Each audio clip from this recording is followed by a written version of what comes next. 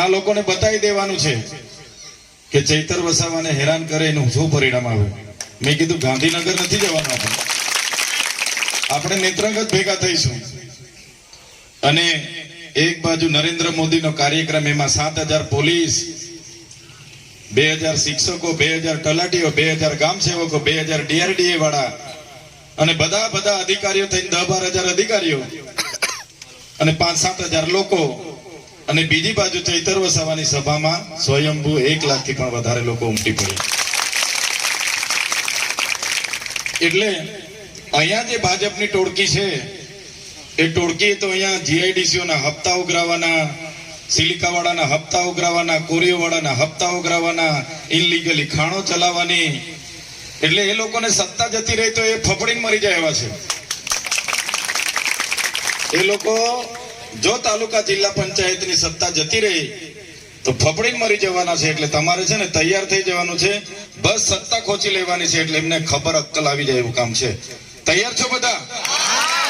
હવે 5 દિવસ નથી, હવે માત્ર ને માત્ર 2 દિવસ છે આપણી પાસે, આજે, કાલે, પરમ દિવસે. અહીંયા બેઠેલા તમામ લોકોને હું વિનંતી કરું છું, એક ગામમાં 5-5 જણ હવે નીકળી જાઓ. 4 ગામ, 5 ગામ, રોજ જે 4 દિવસ છે આપણી પાસે, તમામ ગામમાં જાઓ. કોઈને ડરવાની જરૂર નથી. ભાતી દાદાની જેમ બંને હાથે તલવાર લઈને એકલા મેદાનમાં ઉતરી જવાનું, માથું મૂકી દેવાનું. અમે બધા માથા મૂકીને નીકળીએ છીએ, કોઈના બાપથી ડરતા નથી. જય જોહાર. હા, એટલા માટે ઉતરી જાઓ. આ 2 દિવસ છે. લોકસભા હું લડ્યો આ વિસ્તારમાં લોકસભા લડતો તો આ વિસ્તારની જનતાએ આ તમારા દીકરાને 1,07,000 મત આપ્યા હતા. 1,07,000. આ ભાજપ વાળા હતા ને સાંસદ, એમનાથી આપણી 36,000 ની લીડ હતી. ત્યારે પણ લોકોને આ લોકો ડરાવતા હતા, ધમકાવતા હતા. પણ લોકોએ ન પૈસા ન દારૂ, મત આપ્યો તો ઝાડુ ને. એટલા માટે આપણે આ વિધાનસભામાં 1,07,000 મત મેળવ્યા હતા. એટલે કોઈને ડરવાની બીવાની કઈ જરૂર નથી. અને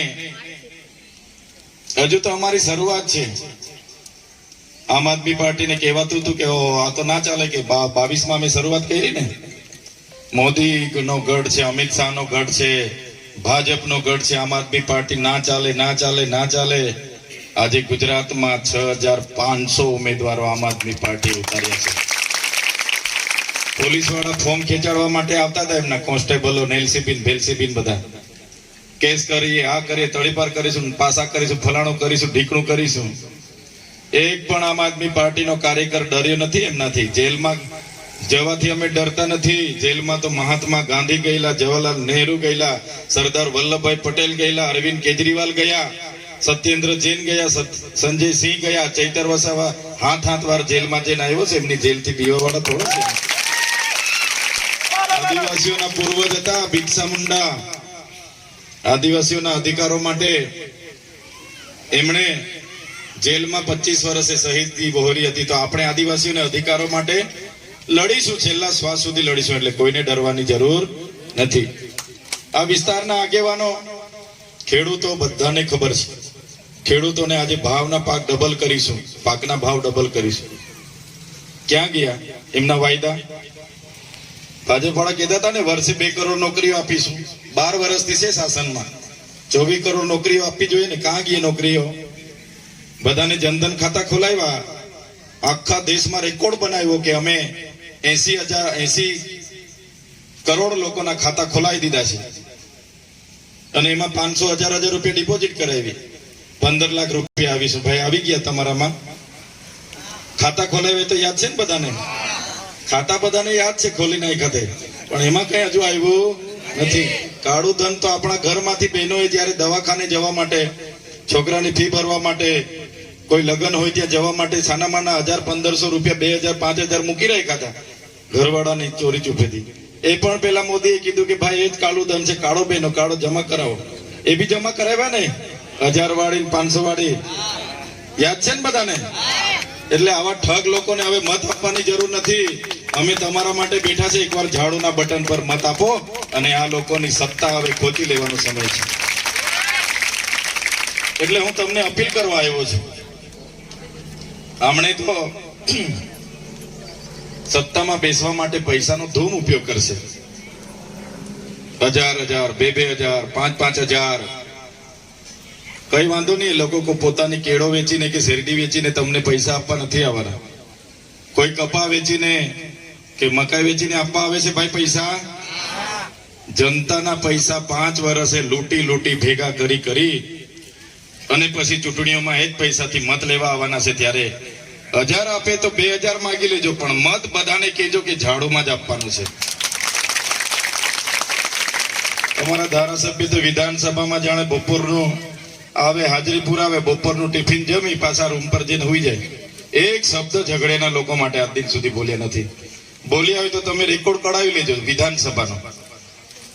વિધાનસભાનો રેકોર્ડ કઢાવી લેજો. તમારા વિસ્તારના કામ માટે, તમારી રોજગારી માટે, સ્વાસ્થ્ય માટે, શિક્ષણ માટે કે કોઈ પણ સુવિધા માટે એક શબ્દ બોલ્યા હોય તો આપણે હમ ખાઈ જઈએ. એક શબ્દ બોલે ને આદા પાડીને બેહીને હાજરી પુરાઈને બપોરનું ટિફિન ખાઈને પાછા રૂમ પર જઈને હોઈ જવાનું. આ કઈ તમે પ્રતિનિધિ છો? જે જનતાએ ચૂંટ્યા છે એ જનતાને ન્યાય તો અપાવો. અહીંયા ડમલાઈમાં લિગ્નાઇટ પ્રોજેક્ટ આવી રહ્યો છે, એમના ગામોને ઉઠાડવાની વાત છે. અહીંયા હાઈ સ્પીડ કોરિડોર જાય છે, એમાં મફતની જમીનો લઈ લેવાની છે. એમાં સરકારમાં મકાનનું શું વળતર, ઘરનું શું વળતર, દુકાનનું શું વળતર, કૂવો જાય એનું શું વળતર, બોર જાય એનું શું વળતર, જમીનનું શું વળતર, કઈ સરકાર આપવાની નથી. માપણી ચાલુ થઈ ગઈ છે. એના વિશે તો એક શબ્દ બોલાય કે ના બોલાય? બસ ટિકિટ ના મળે એટલે બેહી રહેવાનું કે પોલીસ એટલે ટિકિટ ના આપે એટલે ડરે. તો એવા લોકોને પણ ઓળખીને ઘર ભેગા કરવાનો સમય આવ્યો છે. અને આવનારી 27માં ચોક્કસ આવા લોકોને અમે ઘર બેહાડી દેવાના છે. એની તમારે ચિંતા નહીં કરવાની. સહકાર તમારે આપવાનો છે. બસ તમારો સહકાર આ ચૂંટણીમાં પણ આપણા જિલ્લા ઉમેદવાર, તાલુકા ઉમેદવારોને મળે એ વિનંતી કરવા માટે આવ્યો છું. આમ આદમી પાર્ટી પૂરી તાકાતથી વધે છે. આખું ગુજરાત, આખું ભાજપ ખલબલી મચી ગઈ છે.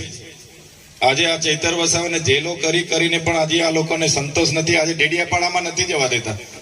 પ્રવેશ બંધી છે. મારે ડેડિયાપાડાની હદમાં નહીં જવાનું. આજે પણ 9 મહિના થયા. જે જનતાએ મને ચૂંટ્યો ને તેમના સુખના દુઃખમાં નહીં જવાનું, મારા ઓફિસે નહીં જવાનું, ઘર પરિવાર ગામ મારું ભોગત્યા નહીં જવાનું.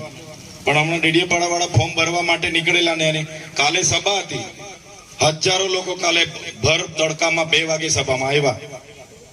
કાલે 2-4 મીડિયા વાળાએ પૂછી લીધું, આમના જેવા મીડિયા વાળા હતા, ભાઈ ચૈતર વસાવાને તો ડેડિયાપાડામાં સરકાર આવવા નથી દેવાની, તમે ઉમેદવારોને કઈ રીતના જીતાડશો? ત્યારે માતાઓ હતી 2-3 વડીલોએ મીડિયા વાળાને કીધું, સરકાર ભલે ને ચૈતર વસાવાને ડેડિયાપાડાથી બહાર કરી દે, પણ અમારા દિલોમાં છે ને ત્યાંથી ક્યારેય બહાર નહીં કરશે. ટુકડા સાફ થઈ જવાના છે. ડેડિયાપાડા, સાગબારા, ચીકદા, નર્મદા જિલ્લા પંચાયત, નેત્રંગ વાળા ભાઈ પૂરા હજળબમ છે આ વખતે તો.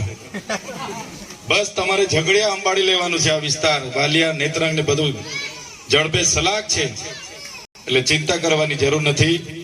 2-3 દિવસ છે. તમે હવે જંગે મેદાનમાં ઉતરી જજો અને આપણા ઉમેદવારોને જીતાડી લાવજો એ વિનંતી કરવા આવ્યો હતો. ટૂંક જ ગાળામાં 2 દિવસ પહેલા તમને જાણ કરી છતાં તમે અહીંયા ઉપસ્થિત થયા, અમને સમર્થન આપ્યું, સહકાર આપ્યો અને આશીર્વાદ આપ્યા. એ બદલ તમારો બધાનો આભાર માનું છું. બધાનો ખૂબ ખૂબ આભાર. ધન્યવાદ. જય ભારત.